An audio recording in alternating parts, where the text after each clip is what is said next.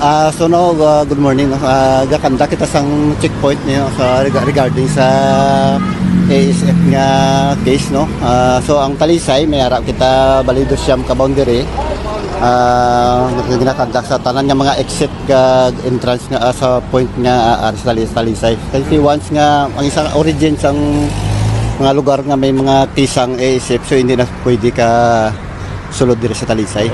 Knowing sir nga may ara sa na-record nga ESF dito sa may syudad sa Bacolod. Kalabanan, may mga baboy makita halin sa Bacolod sir or why? So ang sa Bacolod no, once nga mga isa ka na area no nga may positive, so hindi wala na may executive order man ang sang city, so hindi na din makasulod sa Talisay. So amo na nga gakanda kita sang checkpoint sa mga boundary, so tanan nga may mga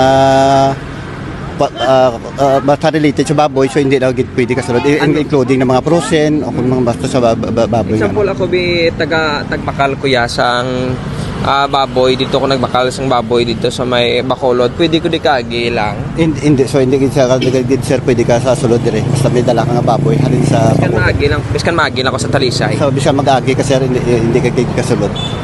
So pwede anong gina-stop gidiri sir? So ginapa-stop nato no, for example sa mga amuna may mga van o kung daw mga pwede naton bala mga pwede nila makargahan van o kung mga delivery. So gina-stop na namon para ma-check namon kung possible may mga dalag man sila nga mga ano nga For mga. example sir, hindi man ay handa ko nga kaperdian man sa mga nagnegosyo sa northern nga part nga for example na travel sa baboy nila pakadto dito sa lugar nila stop diri ano matabo kun stop diri din sila pabalikon may So ang tendency no, kung mapadulugan sa namon nga may dala sila, i-check tamo ng mga papers nila kung may ara sila papers. Pero kung nang once nga ang ilayang point of origin nga may positive, hindi sila pwede kasulod biskan may papilis sila yung either pabalikon sila namon. case to case basis. Case to basis. As of now sir, may ara na kamo sa mga wala pa lagi pasulod mga musina. Ang halos bigalabay di subong mga manok. So kag may mga basta kompleto na sila sa papilis, pwede man sila kaagi. Oo, mga baboy nga mga imported nga baboy may nakaagi na di. Gina-check na mo no, may marikol mali ang kung may subong yan kan may maglabay sila, hindi sila pwede kasulod. Saan ako mo nagsugod sir?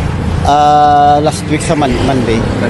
So until sa mga inyong pagsigisigi dire may mga ano na kamublang wala naging pasulot, may mga gipabalik pala ano matabo kon i-stop dire ano matabo dire sa ilaman nga mga baboy i-confiscahon bala o balik lang gyapon balik lang sila sa sa kutob sang wala sila papilis o kung biskan may papilis pa sila kung basta baboy nga hindi sila kagi. So ano ni mga ginabatayan nyo balik ginapangparahan yung mga kitanon nga may mga vange at mga basta close nga mga close ban o ginapadulog ginamon nga para at least ma-check na nato para at least nga sigurado lang hindi ta makapalit.